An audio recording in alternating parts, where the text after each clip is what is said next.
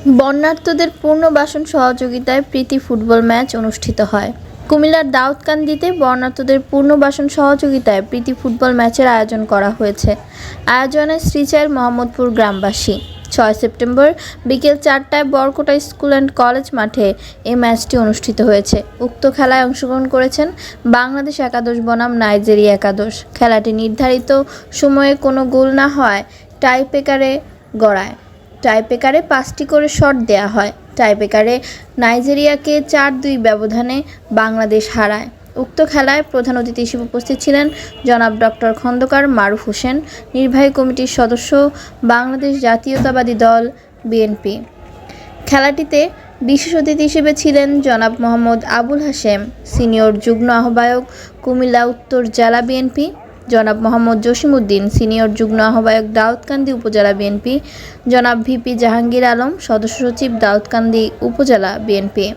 খেলাটির সার্বিক তত্ত্বাবধানে জনাব মোহাম্মদ রুহুল আমিন, সিনিয়র যুগ্ম আহ্বায়ক, দাউদকান্দি উপজেলা যুবদল। এবং খেলাটি উপভোগ করতে প্রায় 20,000 দর্শক মাঠে উপস্থিত হন।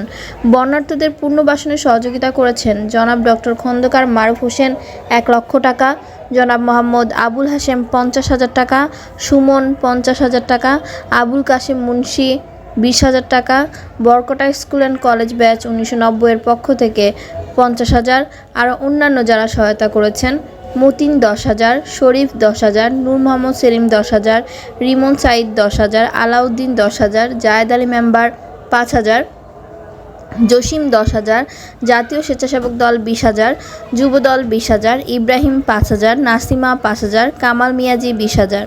এছাড়াও সাধারণ দর্শকদের থেকে 51,595 টাকা এসেছে।